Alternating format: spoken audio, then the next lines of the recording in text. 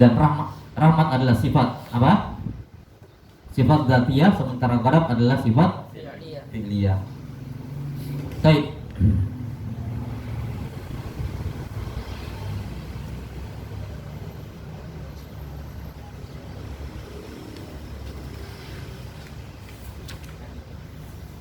Kemudian di sini juga terdapat penetapan apa? Allah Ta'ala alal arsh. Sifat apa namanya?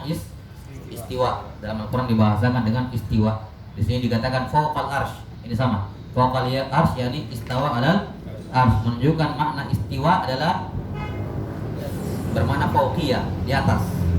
Jelas ya? Bermakna dia di atas. Baik, ini beberapa sifat yang terdapat dalam hadis ini. Kemudian qala rahimahullah walahuma anhu anna Rasulullah sallallahu alaihi wasallam qala. Masih dari hadis Abu Hurairah riwayat Bukhari Muslim bahwa Rasulullah sallallahu alaihi wasallam bersabda, "Ja'ala Allahu ar-rahmata mi'ata juz'in fa amsaka 'indahu tis'atan wa tis'ina juz'a wa anzala fil ardi juz'an wahida.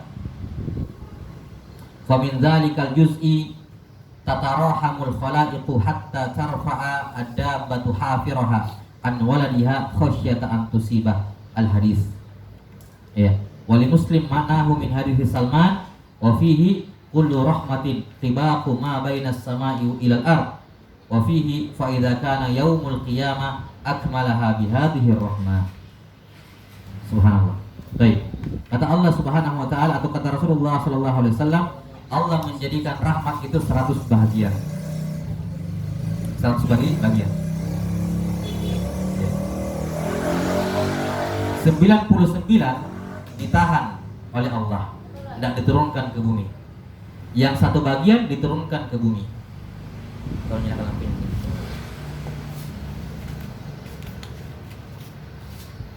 Yang di sana di belakang kalau mau nyalakan. Dua-duanya. Yang satu bagian diturunkan ke bumi. Dari satu bagian inilah setiap makhluk saling merahmati satu sama lain. Sehingga induk hewan dabbah itu mengangkat kakinya jangan sampai menginjak anaknya karena rahmat kepada anaknya. Ya. Dalam riwayat Muslim semakna dengannya dari hadis Salman Al-Farisi, di dalamnya terdapat keterangan dari 100 rahmat Allah itu, setiap rahmat itu menutupi antara langit dengan bumi. Penuh rahmat. Satu, berarti 100 kali lipatnya. Sementara jarak antara langit dan bumi disebutkan dalam sebagian riwayat berapa? Tahun sumiati am, 500 tahun perjalanan. Bayangkan, dan semuanya rahmat Allah Ta'ala. Itu baru satu, penuh atas antara langit satu dengan langit bumi, langit dengan bumi. Wa fihi fa idza kana yaumul qiyamah akmalaha bi hadhihi rahmah. Setelah hari kiamat, pada hari kiamat yang setelah masuk ke surga, 99 ini digenapkan, dikasih ke mereka sehingga genap 100 rahmat penghuni surga. Karena itulah tidak bisa dibayangkan kan betapa luasnya rahmat Allah. Satu rahmat saja yang dipakai manusia, jin, hewan untuk saling merahmati satu sama lain sejak dari awal penciptaan sampai akhir pada hari kiamat. Itu baru dihitung satu. Nah sama sini, yang satu saja tidak bisa dikira, tidak bisa dibayangkan betapa itu satu. Bagaimana kalau dikali 99 kali lipat? Ya. Maka ini menunjukkan maha luas rahmat Allah Subhanahu wa taala. Nah, ini terdapat penjelasan tambahan keterangan mengenai apa? Sifat rahmat Allah Subhanahu wa taala, menjelaskan betapa luasnya rahmat Allah. Dan hadis ini bisa dijadikan sebagai penafsiran dari nama Allah Ar-Rahman. Allah yang maha luas rahmatnya. Bagaimana luasnya? Kurang lebih seperti ini. Nah, ini saja sudah tidak bisa dibayangkan. Jadi jangan dikatakan kok cuma 100, kenapa bukan 101? Tidak usah macam-macam. Yang satu bagian saja kamu tidak bisa pikirkan, ya kan? Yang satu bagian saja yang turun ke bumi tidak bisa dibayangkan bagaimana itu luasnya, ya kan? Jadi penyebutan 100 itu tidak menunjukkan kekurangan atau hal yang kurang dan semacamnya, tidak, ya kan? Itu pun kalau mau dikatakan bahwa 100 ini hanya mimbabil takrib, pendekatan saja, hakikatnya tidak seperti itu. Kalaupun kita katakan seperti itu, tetap tidak bisa diakali kan? Sangat luas sekali. Nah, satu saja tidak bisa dibayangkan. Baik. Wa an Anas radhiyallahu anhu annahu qala qala Rasulullah sallallahu alaihi wasallam, innal kafira idza amila hasanatan ut'ima biha tu'matan minad dunya wa ammal mu'minu fa innallaha yaddakhiru lahu hasanatihi fil akhirah wa yu'qibuhu rizqan fid dunya ala qawatih. Rawahu Muslim. Rasulullah sallallahu alaihi wasallam bersabda, orang kafir kalau dia mengamalkan kebaikan maka dibalas kebaikannya itu dengan diberikan makan di dunia. Pahalanya cuma di dunia saja, tidak sampai di akhirat.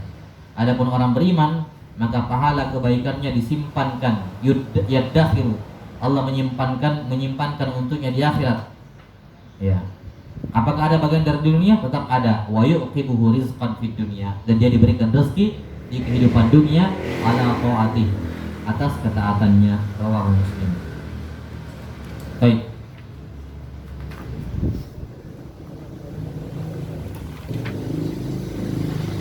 Di sini terdapat penetapan apa? Fiil, ya, fiil. Ya. Yaddakhiru, Allah apa? Menyimpankan.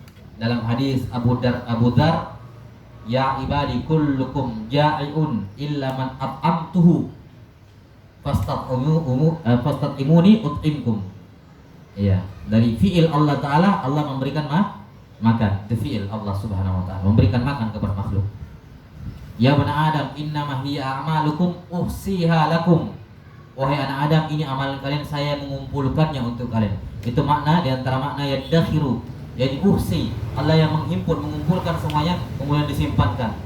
Ya, summa wafikum iyyaha, pada hari kiamat saya akan kembalikan semuanya yang saya kumpulkan itu kepada kalian. Kalian baca sendiri, lihat sendiri. Nah, ini di antara penetapan af'al, perbuatan bagi Allah Subhanahu wa Ta'ala. Nah, dan perhatikan ya bahwa babul af'al itu ausa min babis sifat. Sebagaimana babus sifat ausa min babil asma. Pembahasan tentang fi'il Allah lebih luas dibandingkan sifat Allah. Pembahasan tentang sifat Allah lebih luas dibandingkan pembahasan tentang nama Allah. Karena itulah nama bisa dipetik darinya sifat. Sifat bisa dipetik darinya fiil. Jelas? Tapi tidak sebaliknya. Fiil tidak bisa dipetik darinya sifat. Sifat tidak bisa dipetik darinya nama. Jelas sampai sini? Jadi yang paling sempit dan yang paling ketat aturannya adalah babul asma. Ini paling sempit dan paling ketat aturannya. Kemudian agak longgar sedikit adalah babus sifat. Setelah itu babul af'al. Dan yang paling luas adalah babul akhbar, sekedar mengabarkan Allah. Itu paling luas. Jelas? Babul asma, babul sifat, babul af'al, babul akhbar. Semakin keluar semakin lebar, semakin longgar. Jelas? Bisa ditarik dari dalam keluar, tapi tidak bisa ditarik dari luar ke dalam. Nah, di sini juga terdapat penetapan sifat adil bagi Allah. Bagaimana tidak? Kalau ada orang, kan banyak orang bertanya, masa ada orang sangat baik sekali kepada manusia, menolong orang, cuma satu masalahnya bukan Islam, masa tidak ada pahalanya berbuat baik? Kita katakan ada. Allah tidak akan mungkin membiarkan ada orang berbuat baik terus tidak dibalas. Tidak ada boleh begitu. Apa balasannya Allah kepada orang non-muslim yang sangat baik kepada orang tapi tidak muslim? Adalah diberikan pahalanya di dunia berupa kesehatan, kebaikan, rezeki maksudnya ya, makanan, minuman, pakaian, itu semua balasan dari Allah kepada mereka. Jadi kalau ada yang mengatakan Allah tidak memberikan balasan kepada non-muslim atas kebaikan yang dilakukan, itu salah. Allah tetap memberikan balasan, cuman balasan di dunia. Karena tidak mungkin Allah tidak memberikan balasan kepada suatu kebaikan. Baik. Kemudian hadis berikutnya, walahu anhu marfu'an. Dari anhu, siapa anhu di sini? Anas bin Malik radhiyallahu anhu. Nah, kata Rasulullah sallallahu alaihi wasallam ini marfu'an, innallaha la yarda 'anil 'abdi ya'kulal aklata. Ya. Fa yahmaduhu 'alaiha wa yashrabu syurbata fa yahmaduhu asyarbata atau syurbata fa yahmaduhu 'alaiha. Fa yahmadahu 'alaiha. Allah Ta'ala meridhoi hamba kalau dia makan makanan dia memuji Allah, atau kalau dia minum minuman dia memuji Allah. Dalam riwayat lain ada an. Inna Allah la yarda 'anil 'abdi ayyakala al-aklata fayahmadahu 'alaiha wa ayyashraba syarbata fayahmadahu 'alaiha. Baik, di sini terdapat penetapan sifat ar-ridha bagi Allah taala. Nah, wa an Abi Dzar radhiyallahu anhu annahu qala Rasulullah sallallahu alaihi wasallam. Rasulullah sallallahu alaihi wasallam bersabda dari hadis Abu Dzar, "Aqatis sama'u wa huqqalahu an ta'itta. Ma fiha mawdi'u arba'i asabi'a illa wa malakun wadi'un jabhatahu lillahi sajida. Wallahi law ta'lamuna ma a'lamu la dhahiktum qalila wa la bakaitum katsira wa ma taladzaltum bin nisa'i 'alal furushi wa ma taladzaltum bin nisa'i 'alal furushi wa la kharajtum ila saudati taj'aruna ila Allah." Al hadis rawahu Tirmidzi wa qala haditsun hasan. Qauluhu law ta'lamuna ma a'lamu la dhahiktum qalila wa la bakaitum katsira fi sahihaini min hadits Anas. Baik. Rasulullah sallallahu alaihi wasallam bersabda, "Aqatis sama'u wa huqqalahu an ta'id." Langit itu tunduk kepada Allah taala dan sangat layak kalau dia tunduk. Memang sudah sepantasnya dia tunduk. Ya, kenapa? Karena langit merasakan betul betapa keagungannya Allah. Bagaimana bentuk keagungan Allah? Di antara wujudnya adalah tidak ada satupun ya jarak 4 jari di langit kecuali di situ ada malaikat yang bersujud kepada Allah. Tiap 4 jari di langit ada malaikat. Selisih 4 jari ada malaikat yang sujud. Maka jelas wajar saja langit tahu betul betapa penuh langit itu dengan malaikat bersujud. Maka sangat layak kalau langit itu apa? Tunduk kepada Allah Subhanahu wa taala. Jelas ya? Kemudian dikatakan, seandainya kalian tahu apa yang saya tahu, kata Rasulullah, niscaya kalian akan sedikit tertawa, akan banyak menangis. Kalian tidak akan bermesraan dengan perempuan di atas tempat tidur, dan kalian akan keluar di dataran seraya mengharapkan ampunan dari Allah Subhanahu wa taala. Jelas ya? Baik, di sini terdapat penetapan sifat apa? Sifat azamah bagi Allah taala. Secara makna ya, sifat azamah. Betapa setiap jengkal dari setiap 4 jari dari langit ada malaikat yang bersujud. Nah, menunjukkan azamatullah, keagungan Allah Subhanahu wa taala. Kemudian di sini juga terdapat apa ini? Penetapan rukun iman kepada malaikat, ya kan? Bahkan di sini disebutkan secara spesifik ada tugas umumnya para malaikat. Tugas malaikat secara umum yaitu bersujud kepada Allah Subhanahu wa taala. Jadi ada malaikat-malaikat yang memang diciptakan kemudian memenuhi bumi, memenuhi langit untuk bersujud kepada Allah taala. Maka dalam hadis yang ke-15 ini masuk dalam rukun iman yang kedua, yaitu iman kepada malaikat. Baik. Kemudian di sini juga terdapat penetapan bahwa malaikat itu punya fisik. Punya apa? Fisik. Yaitu apa di sini?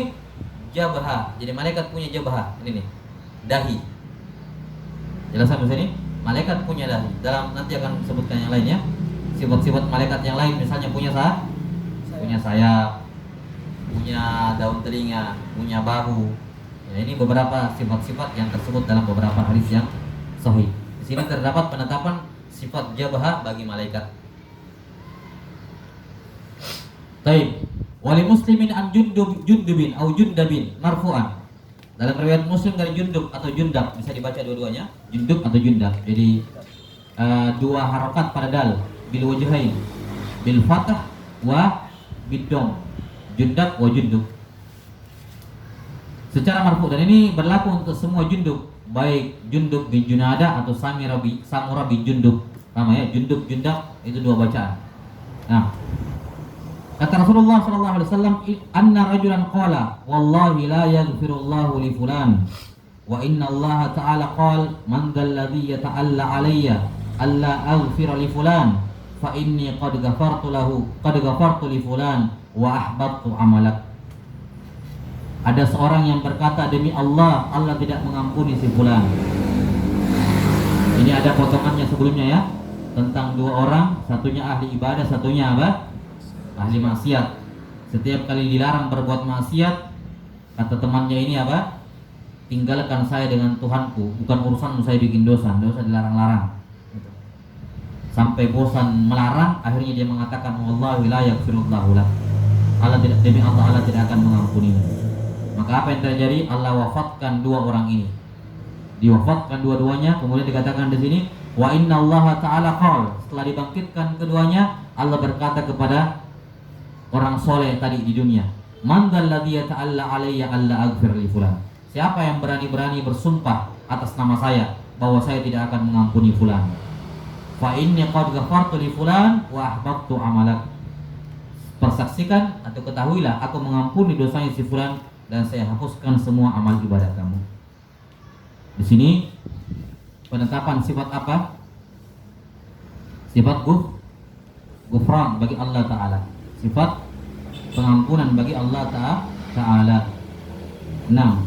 Di sini juga terdapat bahayanya berdusta atas nama Allah Ta'ala. Apalagi kalau kedustaannya dibarengi dengan sumpah, lebih besar lagi dosanya.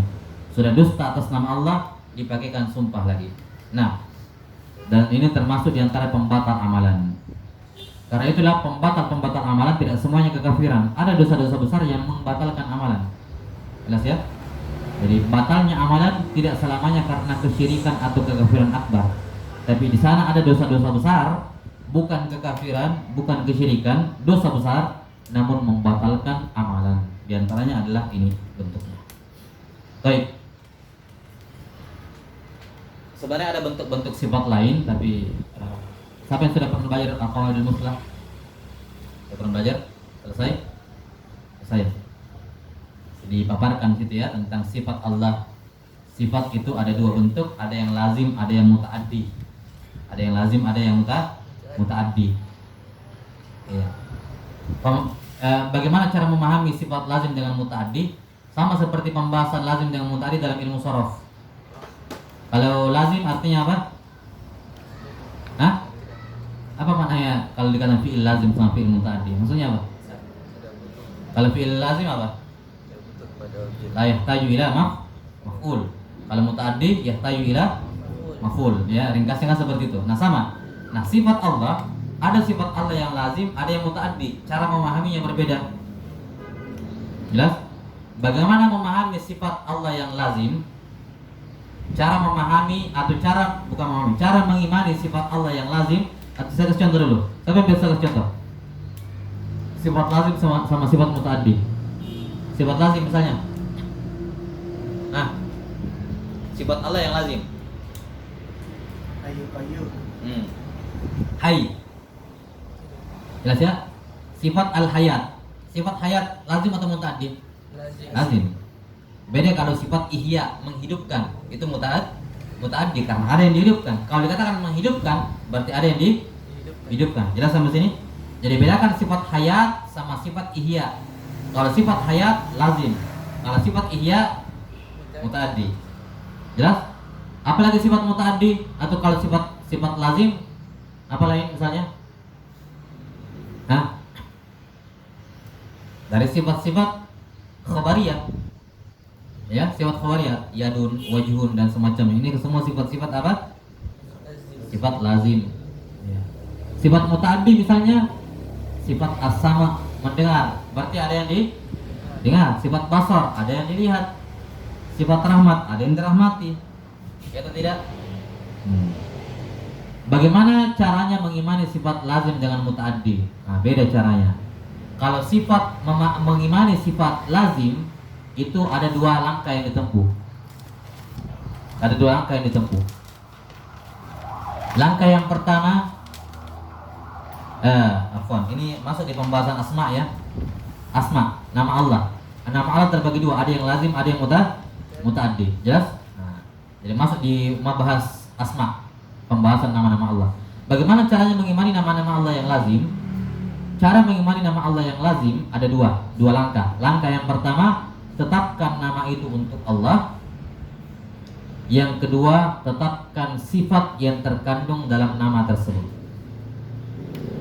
Langkah yang pertama, tetapkan nama itu untuk Allah. Langkah yang kedua, tetapkan apa? sifat yang terkandung dalam nama tersebut.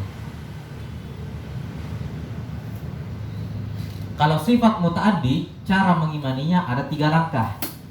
2 langkah yang pertama sama dengan muta'addid, dengan lazim tadi. Tinggal ditambah langkah yang ketiga, yaitu apa? Menetapkan lawazim. Lawazim atau konsekuensi dari nama tersebut. Lawazim atau konsekuensi dari nama tersebut. Contoh tadi, sifat hayat atau nama Allah Al-Hayyu. Al-Hayyu. Apa Al-Hayyu? Lazim kan? Kalau begitu bagaimana cara mengimani Al-Hayyu? Kita menetapkan Al-Hayyu adalah nama Allah, kemudian menetapkan sifat hayat bagi Allah. 2 langkah saja. Sekarang nama Allah Al-Muhyi. Al-Muhyi. Apa artinya Al-Muhyi? Yang menghidupkan. Lazim atau muta'addi? Muta'addi. Bagaimana caranya mengimani nama Allah Al-Muhyi? Yang pertama, tetapkan Al-Muhyi itu nama Allah.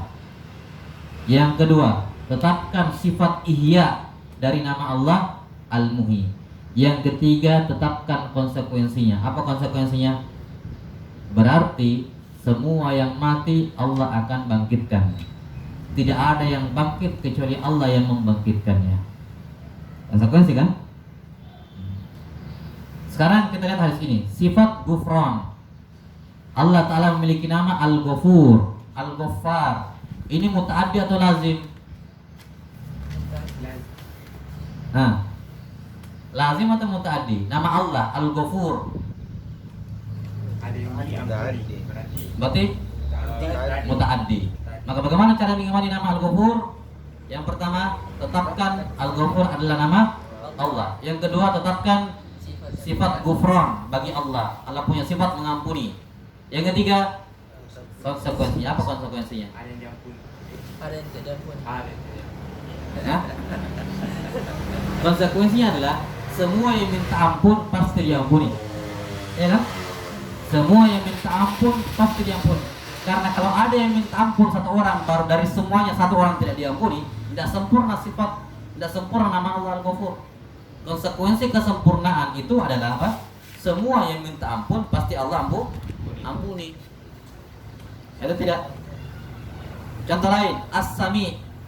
As-Sami itu lazim atau muta'addi? Muta'addi. Bagaimana cara mengimani As-Sami? Tetapkan As-Sami namanya Allah. Kedua, tetapkan sifat As-Sam'u bagi Allah.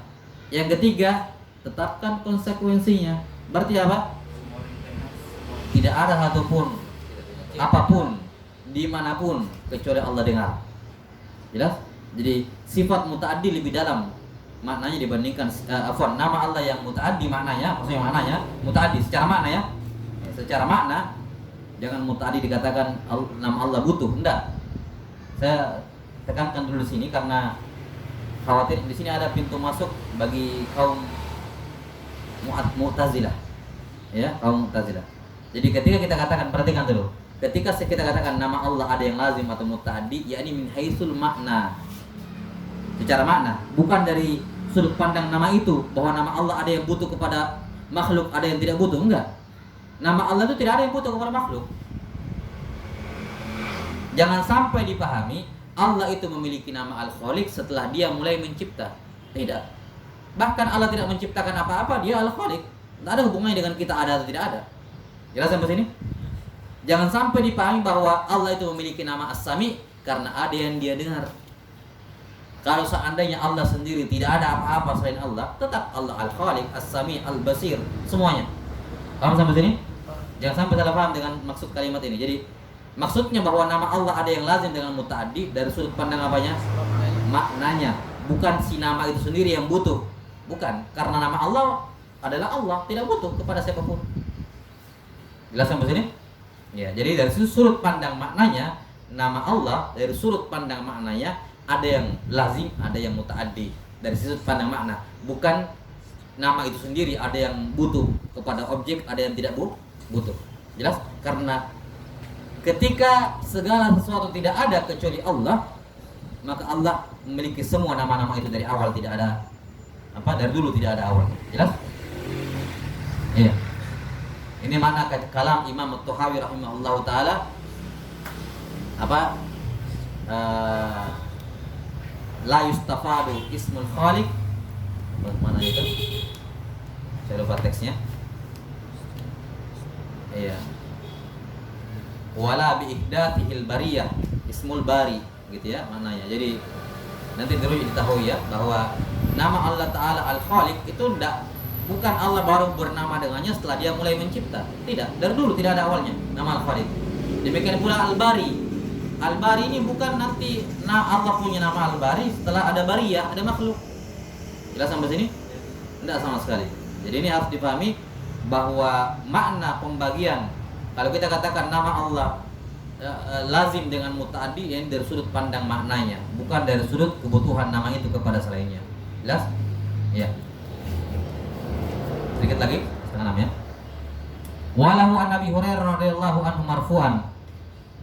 Yani Rasulullah sallallahu alaihi wasallam bersabda, "Lau ya'lamul mu'minu ma 'indallahi minal 'uqubati ma tami'a bi jannatihi ahadun. Walau ya'lamul kafiru ma 'indallahi minar rahmah ma qanita min jannatihi ahadun."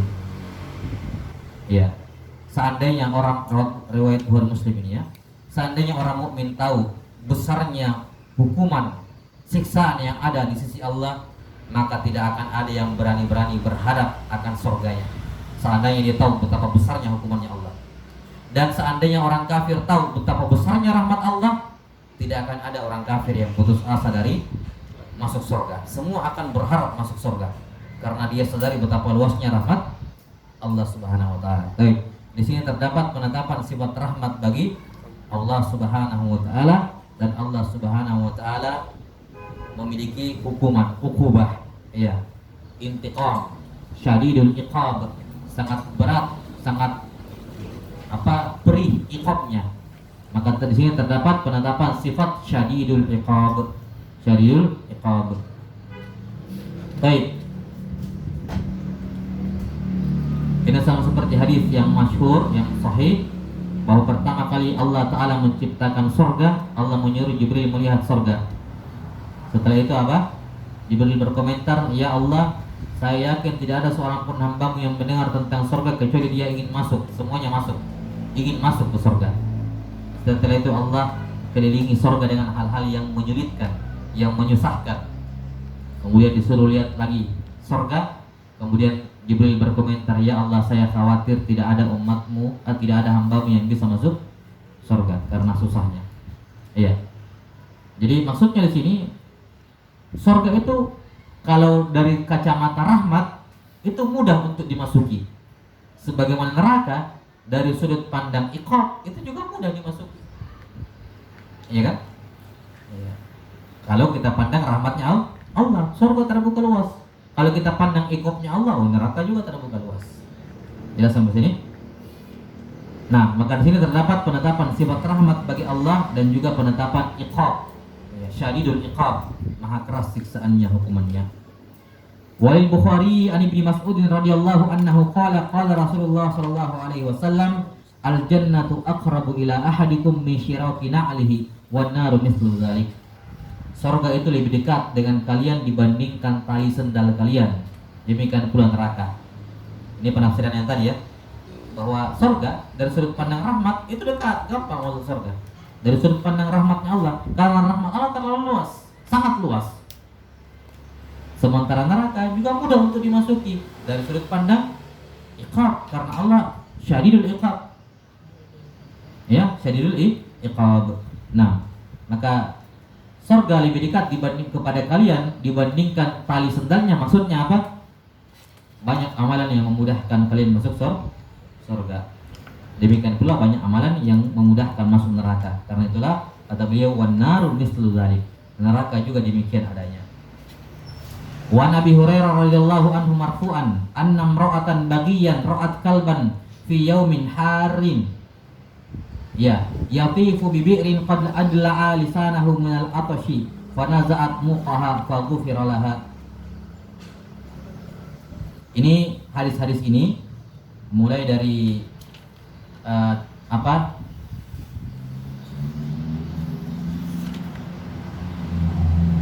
mulai dari la ya'lamul mu'minu ma law ya'lamul mu'minu ma indallah sampai ini hadis-hadis sekarang ini pemaparan tentang gambaran luasnya rahmat Allah Subhanahu wa taala.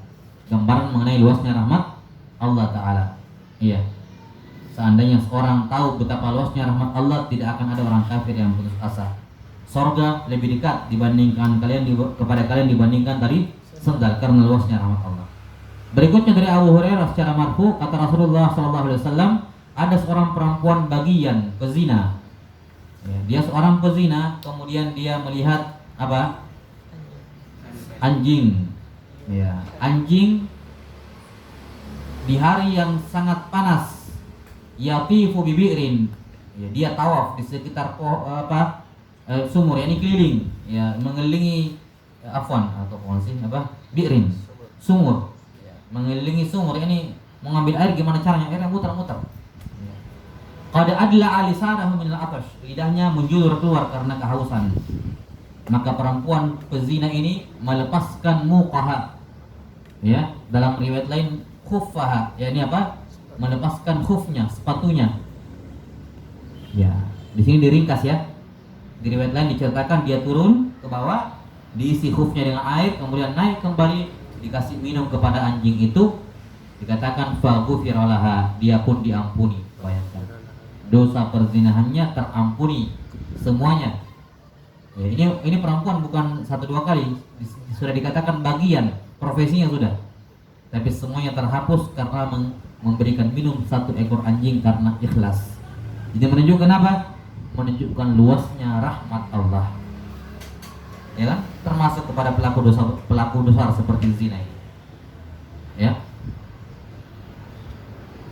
Waqala, dari hadits Abu Hurairah juga, dakhalat imra'atun nar fi hirratin.